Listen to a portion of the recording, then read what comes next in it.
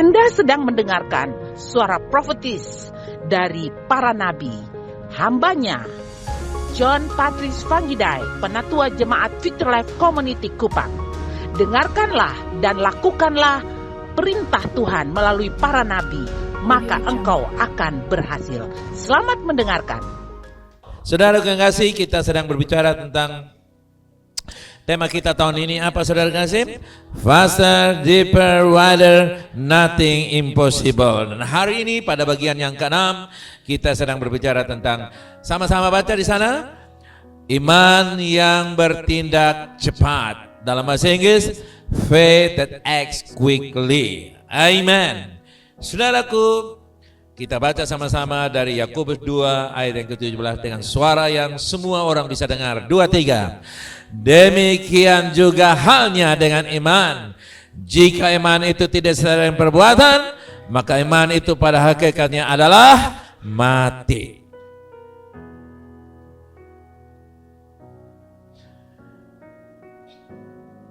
Ada 3 bagian penting, saudaraku, dari ayat ini. Yang pertama, iman tanpa tindakan adalah iman yang mandek.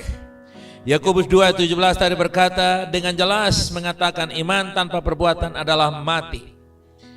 Iman sejati bukan hanya pengakuan mulut atau keyakinan di hati, tapi keputusan untuk bergerak. Keputusan decide to move, bergerak, itu seperti di sana, saudara kasih gambar itu. Jika iman tidak diwujudkan dalam langkah nyata, iman itu tidak menghasilkan perubahan apapun, baik secara rohani maupun secara hal-hal praktis lainnya. Alasan yang kedua, atau 2 alasan yang perlu kita dapatkan dari Yakobus, berkata iman tanpa perbuatan adalah mandek, adalah bagaimana, mengapa iman yang hidup selalu mendorong respon. Ini 2 alasan yang sangat penting. Yang pertama, karena iman sejati percaya bahwa Tuhan sedang bekerja sekarang, bukan? Jawab dong. Karena iman sejati percaya bahwa Tuhan sedang bekerja sekarang, bukan? Yes. Saudara kasih, saudara respon.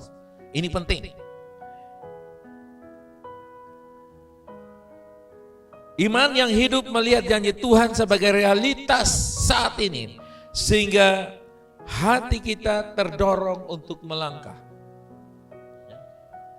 Iman itu dia tidak membuat kita diam. Iman itu aktif. Iman selalu aktif. Jika seorang benar-benar percaya bahwa Tuhan berkuasa dan setia, respon ketaatan akan muncul secara alami. Kita lihat contoh dalam Alkitab. Alkitab berbicara bahwa Abraham mempersembahkan Ishak di dalam Kejadian 22 ayat 1 sampai 3. Kejadian 22 ayat 1 sampai 3 dikatakan bahwa Abraham percaya sepenuhnya bahwa Tuhan berkuasa dan setia menepati janjinya. Karena itu ketika dia diperintahkan oleh Tuhan melakukan sesuatu yang berat, yaitu mempersembahkan anaknya yang dia dapat menunggu 25 tahun, responnya dengan mudah sekali. Dia punya ketaatan muncul secara alami dan segera. Alami dan segera. Kalau responnya tunda, maka itu sudah menjadi iman kimiawi, iman yang sudah terkontaminasi, iman yang sudah tercampur dengan pandangan-pandangan dunia ini, sehingga dia tidak cepat respon. Abraham melakukan hal yang super berat dengan cara yang mudah.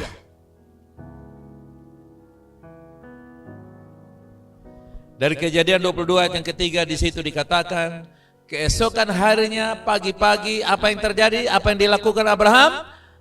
Apa yang dilakukan? Bangunlah. Kalau seandainya saudara kasih Abraham, kalau dia bilang ini satu sudah kasih orang tunggu lama lagi, suruh orang persembahkan lagi, saya yakin pasti badannya berat. Pasti dia balik kiri kanan, dia mau angkat badan seperti ditekan oleh beban yang mungkin 100 kilo. Karena persunggutan, jengkel, marah, komplain, dan big question.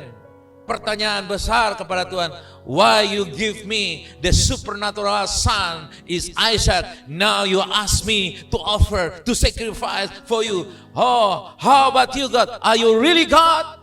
Or you play game with me? Apakah engkau bermain gila dengan aku Tuhan? Engkau sudah kasih saya anak supernatural yang namanya Ishak, sekarang engkau suruh aku pergi untuk persembahkan dia. You have to think God. Kamu harus pikir ulang 2 kali Tuhan. No, Abraham tidak lakukan itu. Alkitab berkata, keesokan harinya pagi-pagi, apalah Abraham? Bangunlah Abraham. Abraham tidak berdebat, tidak menunda, tidak menunggu situasi terasa masuk akal. Ia melangkah taat, ia yakin Tuhan sanggup memelihara janjinya. Bahkan tidak ada yang mustahil bagi Tuhan. Dia percaya dan dia pasti akan membangkitkan Ishak sekalipun Ishak akan disembelih. Ibrani menulis bahwa pahlawan-pahlawan iman sangat luar biasa. Di situ tentang Abraham dari Ibrani 11, 17 sampai 19. Karena iman Abraham tatkala ia dicobai mempersembahkan Ishak, ia yang telah menerima janji itu apa yang terjadi lakukan? Rela mempersembahkan anaknya yang 2. Kalau 2 kan masih ada 1, 4 masih ada 3, apalagi 10 masih ada 9, 17 masih ada 16.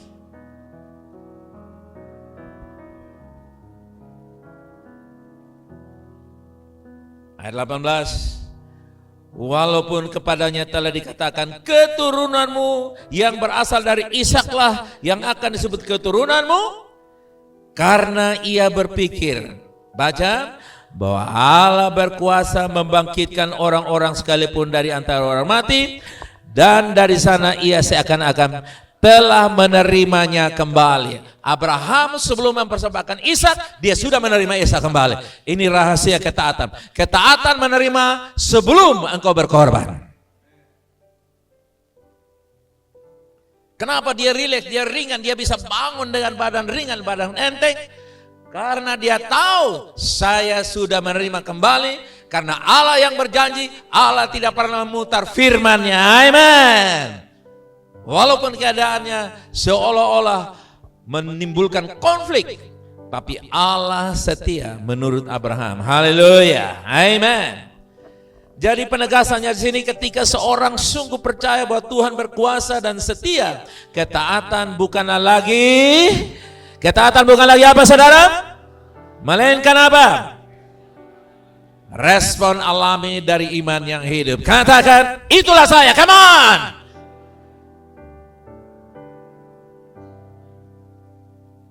Yang kedua, karena iman yang hidup tidak bisa diam ketika kebenaran Tuhan sedang dinyatakan. Saat Tuhan berbicara melalui firman, dorongan Roh Kudus atau situasi iman yang hidup menghasilkan tindakan.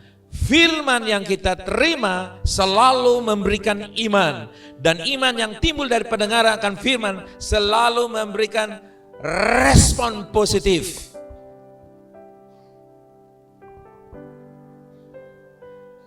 Diam berarti ragu. Bilang di kiri kanan, diam ragu. Nah, diam berarti apa saudara? Ragu. Tetapi respon menunjukkan bahwa penyerahan dan kepercayaan penuh kepada Tuhan. Amen. Iman yang hidup bukan hanya tahu apa yang Tuhan katakan, tetapi segera melakukan apa yang Tuhan kehendaki. Amen. Bukan tahu, tapi tahu dan melakukan. Coba katakan, bukan tahu, tapi tahu dan melakukan. Come on. Ya, itu iman yang apa? Hidup. The living faith, knowing God's will and do God's will.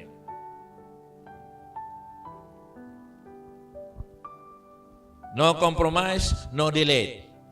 Suddenly, as soon as possible, segera, langsung, dan secepat mungkin. Yang kedua, Tuhan menghormati iman yang berani bergerak lebih dahulu. Apa saudara? Tuhan menghormati iman yang berani bergerak. Kenapa kita memberi awal tahun dengan penuh pengorbanan, dengan rasa sakit, dengan rasa mungkin perasaan kita, pikiran kita, mungkin dompet kita, mungkin tabungan kita sedang korek-korek, kamu. Tapi saudara lihat, ketika Anda melakukannya dengan penuh keberanian karena percaya, dengar baik-baik saudara yang kasih, Tuhan menghormati engkau. Haleluya. Yesus tidak pernah memuji orang, tapi Yesus memuji orang yang beriman. Amin. Dia bilang iman sebesar orang ini tidak pernah aku jumpai. Dia puji orang karena iman. Yesus tidak puji orang karena dia punya penampilan luar atau karunia-karunia yang hebat, tapi tindakan iman. Tindakan iman saya mendatangkan pujian dari Yesus. Haleluya. Coba katakan bersama saya. Tindakan iman saya mendatangkan pujian dari, atau tindakan iman saya menarik perhatian Yesus. Amin. Di mana ada tindakan iman, mata Yesus tertuju. Haleluya. Mata Yesus tertuju pada tindakan iman. Come on, amin. Karena itu saudara kasih, jangan biarkan imanmu dicampur aduk, pudar lalu goyah, loyo dan berkata nanti. No. Ketika engkau dengar ini waktunya, ini waktu engkau berdoa, ini waktu engkau berpuasa. Karena saudara yang dengar berita ini, kalau engkau menunda puasa masih ada kesempatan puasa, masih ada 2 minggu. Kesempatan memberi masih ada sampai akhir Februari. Take dominion, take action, haleluya. Jadi Kristen jangan tanggung, amin. Abraham tidak tanggung-tanggung, sekalipun dia dapat 1 putra, tapi dia melakukannya all the best. All out, yang terbaik dan sungguh-sungguh dia lakukan. Saudaraku yang kasih, 2026 dan seterusnya tidak ada lagi kata baik, harus the best untuk Tuhan. Ini sangat penting.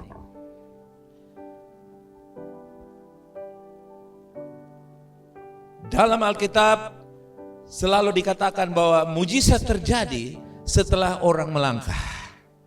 Penyediaan datang setelah Anda melangkah. Amen. Kesembuhan datang setelah Anda bertindak, mempercayai kesembuhan terjadi. Kemenangan terjadi ketika Anda bertindak bahwa kemenangan sudah ada di pihak saya. Peperangan milik Tuhan, kemenangan milik saya. Amen. Selalu saja langkah iman mendahului kemenangan. Katakan bersama saya, langkah iman mendahului kemenangan. Kalau mau lihat kemenangan, harus ada langkah iman. Mau lihat kemenangan? Jawab saya, mau lihat kemenangan? Langkah iman. Iman membuat orang saudara kasih mungkin kelihatannya lemah lembut, lemah lunglai.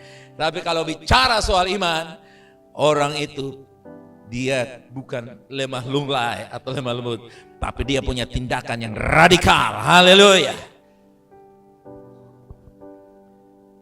Di dalam Lukas 17 ayat 14, orang-orang kusta disuruh pergi menunjukkan diri. Saat berjalan mereka mengalami sembuh. Dan sementara mereka di tengah jalan, saudara jawab saya, dan sementara mereka di tengah jalan, saya percaya dalam perjalanan 2026 jawaban doa bagi impian saudara, bagi doa saudara. Amin. Jangan tunda, bila dikatakan jangan tunda, come on. Melangkah dengan iman, bertindak dengan iman, memberi dengan iman, berdoa dengan iman, deklarasi dengan iman. Dalam perjalanan Anda akan melihat, tidak perlu 31 Desember. 31 Desember akan punya cerita tersendiri. Haleluya.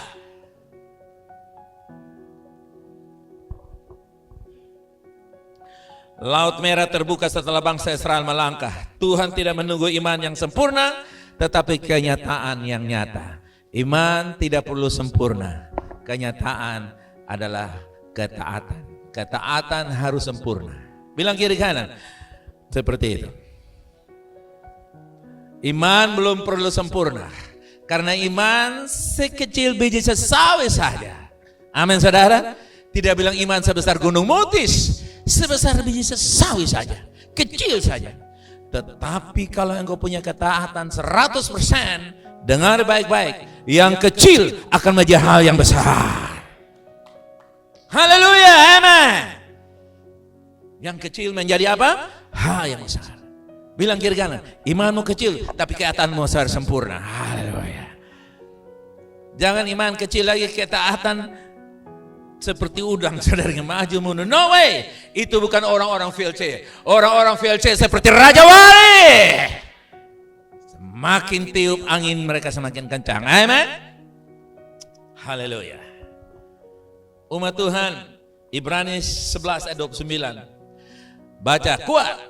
Karena iman maka mereka telah melintasi laut merah, sama seperti melintasi tanah kering. Sedangkan orang Mesir tenggelam ketika mereka mencobanya juga. Bayangkan, dia ingat, ketika saudara kekasih Musa tunjuk begini, laut terbuka. Mereka bilang, hei Raja Mesir, mari. Mereka semua, mereka begitu mereka masuk, tenggelam mereka semua. Dengar baik-baik. Iman yang saudara punya, kalau ditiru oleh orang lain akan tenggelam. Saudara kekasih. Tidak ada iman KW2. Iman itu hanya satu. Amin. Jadi kalau istri beriman, suami ragu-ragu, suami akan tenggelam dalam keraguan. Masih hidup pun dia memang banyak sampai mati nih. Karena ragu-ragu hidup. Anda bisa bayangkan kamu bangun pagi ragu hidup? Tensi darah semua jalan.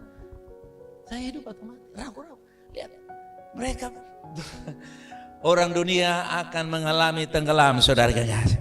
Tenggelam dalam kemuliaan mereka, tenggelam dalam kekayaan mereka, tenggelam dalam kehebatan, tenggelam. Tapi orang beriman yang tak punya apa-apa akan melintasi laut merah, laut kehidupan. Amin. Haleluya. Nah itu saudara kekasih. Bilang kiri kanan, biar imanmu menjadi kesaksian bagi dunia ini. Saya percaya sekalipun gereja dimusuhi, gereja dibakar, hamba betul orang pajak coba, ada saatnya mujizat dan mereka ingin menikmati mujizat atau mereka tenggelam karena tidak percaya. Tapi saya yakin kalau ada yang bilang saya mau gabung dengan Israel, saya mau percaya kepada Yesus, mujizat akan terjadi bagi mereka. Amin. Karena Yesus tidak memandang muka, dia pandang iman. Haleluya. Gerakan iman mengundang intervensi ilahi.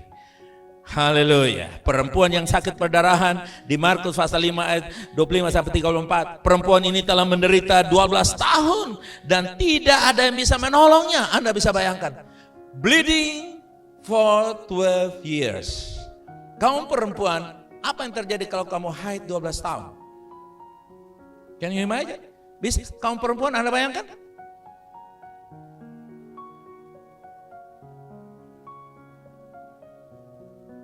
Saudara lihat, tapi apa yang terjadi? Namun ia bergerak dalam iman, menerobos kerumunan orang banyak itu. Lalu dia menjamah Yesus. Lalu dia bilang apa, saudara? Lalu dia bilang apa? Asal ku jamah saja jubahnya, aku akan sembuh. Dalam kelemahan, keterpurukan, respon iman. Saudara yang kasih. Orang bisa punya uang yang kecil, kekuatan yang kecil, pengaruh yang kecil, semuanya serba kecil. Tapi imannya bisa menjadi besar. Perempuan ini dia buktikan.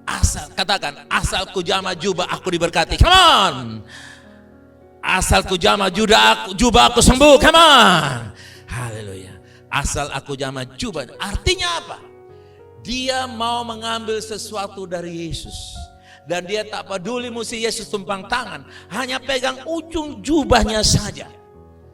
Saudaraku yang kasih, kalau perempuan itu dengan ujung jubahnya mengalami perkara supernatural. Apalagi Yesus yang tinggal dalam diri saudara. Apalagi Yesus yang tinggal dalam diri saya dan saudara. Anda layak untuk menikmati mujizat menjadi hal yang biasa. Katakan amin.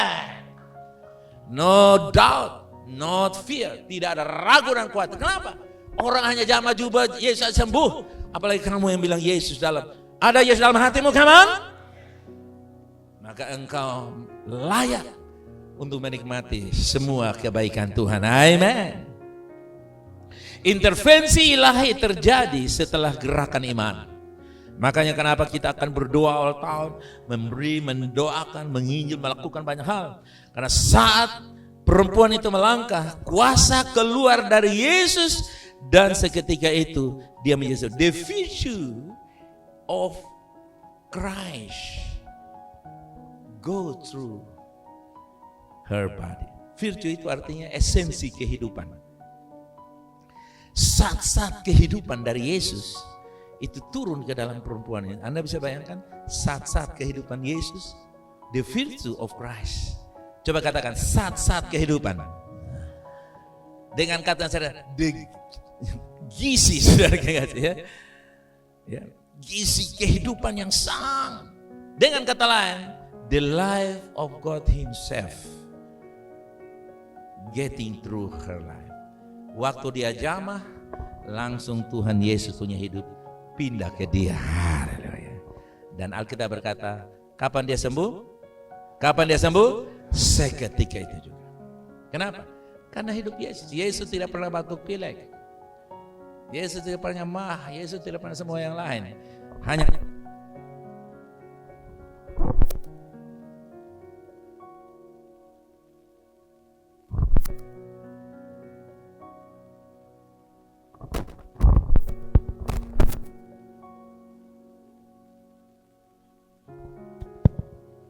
kita yang kadang-kadang mengalami gangguan ini dan itu. Karena kita masih ada pengaruh-pengaruh dunia ini. Tapi kalau iman kita bertumbuh, kita bisa hidup. Katakan seperti Yesus hidup, saya hidup di dunia. Come on. Amin. Itu terjadi, tidak balik tangan. Itu terjadi karena kita punya kerinduan, punya pergumulan. Jadi saudara lihat di sini. Yang kita pelajari dari Markus ini tentang perempuan ini adalah Tuhan berdaulat, tetapi gerakan iman membuka ruang bagi intervensi ilahi. Kadang-kadang kita terpaku hanya, oh Tuhan kan berdaulat. Lu mau beriman juga kalau Tuhan bilang sonde percuma. Lu mau deklarasi juga kalau Tuhan bilang sonde percuma. Jadi kamu apa saja? Kamu tidak percaya berdoa, tidak pernah deklarasi, tidak pernah puasa, tidak pernah semua. Lu mau memberi juga percuma kalau Tuhan sonde. Jadi kamu mau apa? Saya usulkan pindah agama. Kalau kamu tidak percaya semua yang Tuhan kerjakan, pindah agama. Jangan menjadi Kristen. Karena menjadi Kristen adalah pelaku firman Allah. Amin saudara, amin. Nah, jadi jangan sampai beralasan Tuhan berdaulat. Tuhan berdaulat tapi dia respon kepada iman. Lebih baik kamu bertindak, nanti ujungnya jadi apa? Terserah. Dan saya percaya, tindakan iman tidak pernah mengecewakan. Karena sudah terbukti, Laut Merah terbelah, peredaran 12 tahun menjadi sembuh. Haleluya. Sungai Yordan menjadi berhenti. Kalau semua pernah terjadi di masa lalu, Yesus yang sama dalam diriku dan dalammu mampu melakukan hal yang sama. Kasih pujian bagi dia, come on. Haleluya. Katakan haleluya. Saudara kasih membangkitkan roh dalam diri saudara. Kalau perempuan yang lemah itu bisa punya kekuatan yang ekstra, apalagi saudara yang masih punya kekuatan yang luar biasa. Come on. Jangan izinkan roh itu terkubur dalam dirimu. Amen. Keluarkan potensi iman dalam dirimu. Mujizat tidak diawali oleh kondisi sempurna, melainkan oleh iman yang berani bertindak. Mujizat tidak diawali dengan kondisi sempurna, tapi dengan apa saudara? Iman yang bertindak. Haleluya. Kita tidak tunggu sempurna. Ketika iman bergerak, apa yang terjadi? Ketika iman bergerak, surga merespon.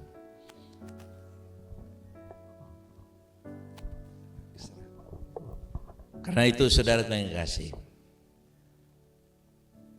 pastikan bahwa kita tidak bersembunyi di balik kedaulatan Allah.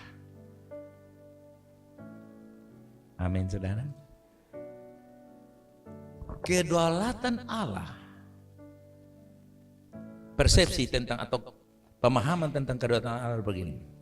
Allah berkuasa mengatur segalanya, menentukan segalanya. Amin. Namun di sisi yang lain, dia memberikan kepada saya otoritas.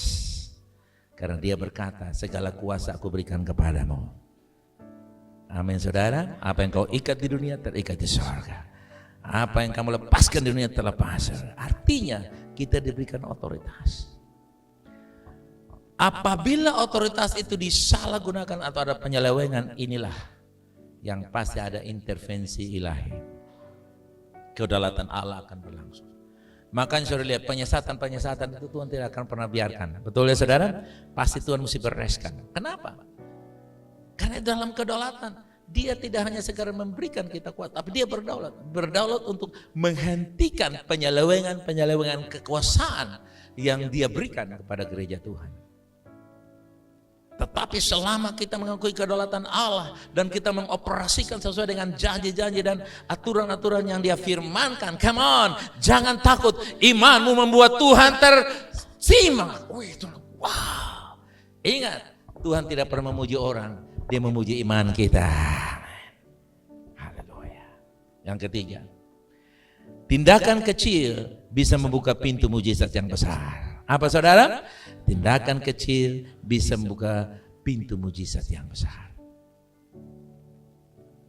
Ini penting. Tuhan sering memakai langkah sederhana. Saudara masih ingat 5 roti dan berapa ikan? 2 ikan. Masih ingat tongkat di tangan Musa? Masih ingat jalan ditebarkan oleh Petrus? Biasa. Bahkan jala itu pernah korban, semalam tidak dapat apa-apa.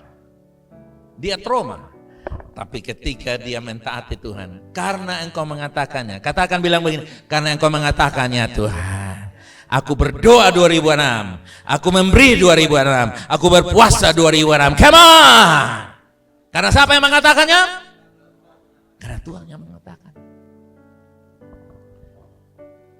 Mungkin jala 2026, 2024 tidak ada isi, tapi saya pastikan ketika Engkau mendengar 2026, Anda akan melihat jala hidupmu, jala bisnismu, jala pendapatanmu, jala hidupmu, jala rumah tanggamu penuh dengan ikan-ikan berkah.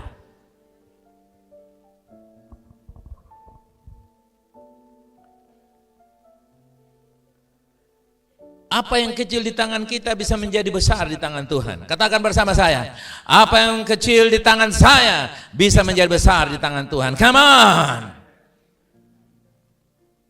Asal benar-benar yang kecil itu, benar kecil. Jangan sampai kita sembunyi yang besar, lalu kita kasih yang kecil. Sambil memberi minta maaf Tuhan ya. No, lebih enggak usah, saudara enggak sih.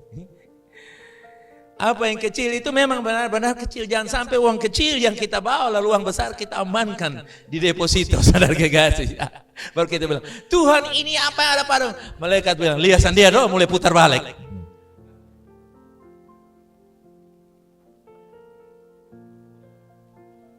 No, saudara, Tuhan meresponi apa yang kecil. Artinya ketulusan. Haleluya. Kepasrahan yang Dia berikan. Bukan besarnya tindakan yang Tuhan lihat, tetapi haleluya. Sekali lagi. Bukan besarnya tindakan yang Tuhan lihat, ketaatan dan kecepatan merespon. Haleluya. Itu yang penting. Kenapa bertahun-tahun orang berdoa berpuasa, kelihatannya berdoa berpuasa memberi, tapi mereka di dalam terobosan karena operasinya mereka tidak penuhi apa yang dikehendaki oleh Tuhan. Asal supaya saya disebut jemaat yang komitmen. No way. Kita tidak melakukan untuk manusia, kita lakukan karena kita punya respon kepada Allah yang hidup. Katakan amin. Kita lihat contoh dalam Alkitab, saudara-saudara tahu tadi roti kan? Seorang anak yang hanya memiliki 5 roti, 2 ikan, lalu diserahkan ke dalam tangan Tuhan, lalu Tuhan akan buat. Bahkan berkelimpahan. Dengar, Allah kita Allah yang more than enough. Allah kita lebih dari cukup. Allah kita adalah apa? Lebih dari cukup. Karena itu jangan batasi Allah dengan konsep berpikir kita karena kikir, karena khawatir, karena ragu-ragu, karena lain-lain. Jangan saudara, jangan. Come on. Apa artinya semuanya itu? Saudara lihat, hasil di tangan Tuhan. Oke? Yesus mengucap syukur, lalu Dia membagikan roti itu. Jadi respon iman adalah mengembalikan apa yang Tuhan ingin kerjakan. Amin saudara. Kekhawatiran adalah melakukan apa yang kita mau lakukan menurut kita untuk lakukan kehendak Tuhan. Ketakutan, kekhawatiran adalah melakukan kehendak Tuhan dengan kekuatan kita sendiri. Itu tidak berkenan. Tetapi iman adalah mengembalikan apa yang Tuhan inginkan dan dia lakukan itu karena iman. Iman itu seperti sekring, seperti MCB. Saudara lihat, power di PLN itu besar. Saudara bisa bayangkan kalau tidak pakai sekring, langsung dari rumahmu langsung masuk, dari PLN langsung masuk di setrika saudara. Itu setrika meletus dan semua orang dalam rumah meletus, habis saudara gengas. Betul toh? Tapi pakai MCB. Ada yang tekanannya 10 ampere, 5 ampere. Kalau yang rumah-rumahnya 400 ampere itu mungkin hanya 7-8 ampere. Tapi saudara lihat, begitu ditaruh sekring orang bilang zaman dulu, sekarang MCB. Begitu diklik, lampu menjadi nyala. Imanmu seperti sekring. Bilang kiri, imanmu seperti MCB. Tanpa MCB, power tidak akan bekerja. Itu syarat utama. Kalau sambung langsung bahaya. Makanya kalau Tuhan langsung nyatakan diri itu bangsa Israel langsung mati semua. Mereka tidak punya filter. Mereka tidak punya ketaatan. Mereka penuh dengan pemberontakan. Akibatnya mati. Itulah sebabnya saudara yang kasih. Tuhan tidak meminta apa yang besar. Jawab saya. Tuhan tidak meminta apa yang besar. Yang ada yang besar, ya kasih yang besar. Ada yang besar, ada yang kuat, kasih yang kuat. Nah, orang tua biasanya kalau punya anak 3-4 orang, dia cari yang paling sakit. Yang suka pilek, batuk, tikam, sesak. Batuk, pusing, lemah, lunglai. Baru dia, Tuhan, aku persembahkan kepada Tuhan. Yang pintar-pintar insinyur, jadi pelot, jadi... jadi ahli ini ahli, tapi yang hamba jadi hamba Tuhan, yang omong BK dengarannya C. Baru dia bilang, Tuhan terimalah yang terbaik ku persembahkan kepada. No, bukan begitu saudara. Semua anak adalah kepunyaan Tuhan. Amen. Serahkan untuk Tuhan. Seluruh hidup serahkan untuk semua yang ada pada saudara. Tuhan rindu. Nah, kita lihat, penyerahan membuka jalan bagi pelipat gandaan ilahi. Penyerahan adalah finalisasi dari ketaatan. Orang tidak bisa menyerah tanpa taat. Coba saudara mau potong babi lalu babi berontak terus. Bisa dipotong? Saya ingat nonton cerita, dulu mereka memakan RW pakai bong, mereka tidak mau bongong, mereka horo. Begitu horo tangkap RW lari, saudara ingat. Bagaimana RW mau jadi? Coba saudara bayangkan kalau itu binatang dia berontak terus. Dia taat dulu, setelah taat baru diserahkan. Jadi penyerahan adalah finalisasi dari iman yang sempurna.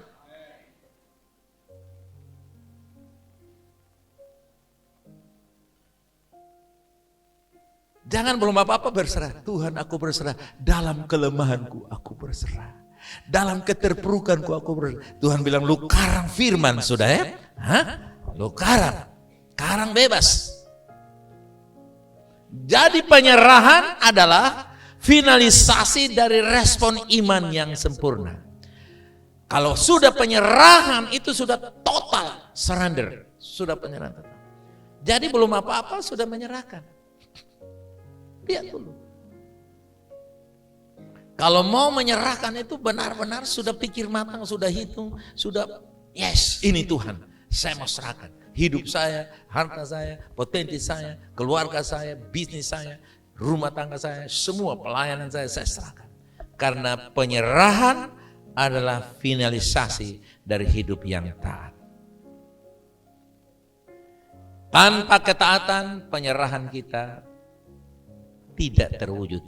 Karena Anda bayangkan, kalau mau disembelih, lalu Isa bilang, Papa, horo pelan-pelan Papa ya. Saudara bisa bayangkan?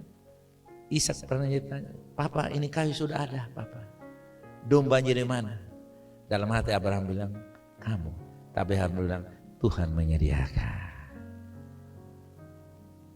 Oke? Nah, ada satu ilustrasi yang bagus yang saya bisa simpulkan poin ini. Bagaimana mesin motor kita? Seorang bisa saja percaya bahwa motornya fit, sehat, penuh bahan bakar.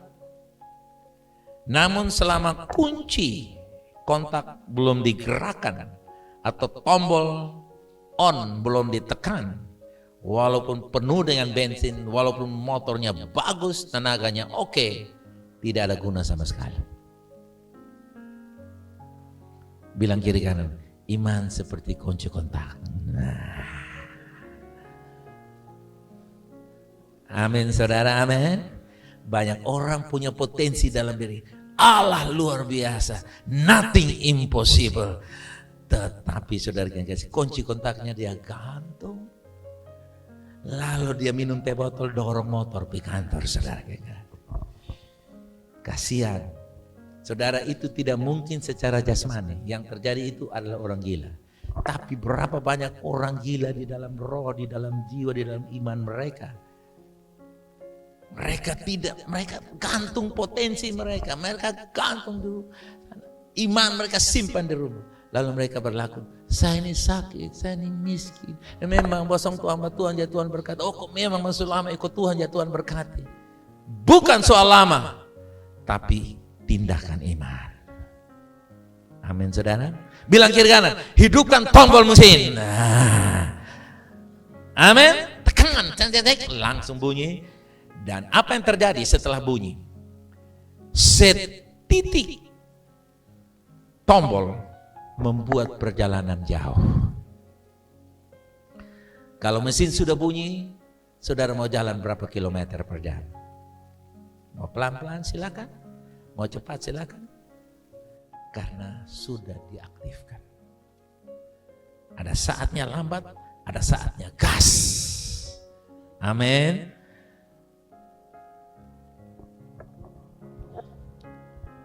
Iman tanpa tindakan, motor tidak bergerak. Motor iman, hidupmu tidak bergerak. Tuhan menghormati iman yang bergerak. Motor menyala saat kunci diputar. Amen.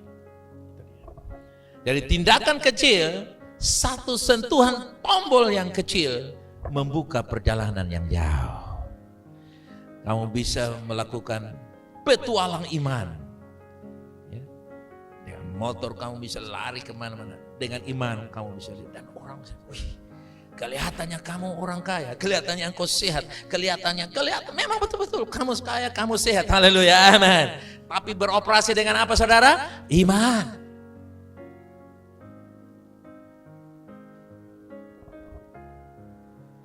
Iman adalah kunci, tetapi tindakan adalah iman adalah kunci.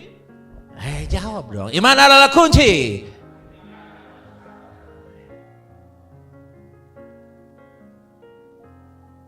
Bilang kiri kanan, jangan dorong motor iman kamu.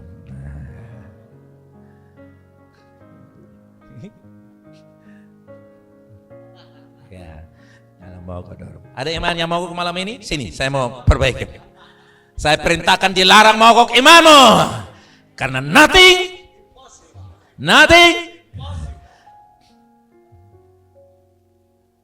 Jangan biarkan imanmu mogok. Haleluya. Mari kita bangkit berdiri bersama-sama. Kita deklarasi iman, oke? Haleluya. Coba tarik nafas 1, 2, 3, katakan tarik nafas 1, 2, 3. Lepaskan. Haleluya. Sekali lagi tarik nafas dalam. Lepaskan. Haleluya. Biar motor iman saudara hidup mulai malam hari ini. Bilang di kirian, malam ini iman saya hidup. Motor tidak akan pernah mati lagi. Gaspol. Amin. Oke, sama-sama katakan mulai. Tuhan, kami percaya apa yang kecil di tangan kami menjadi besar di tangan-Mu.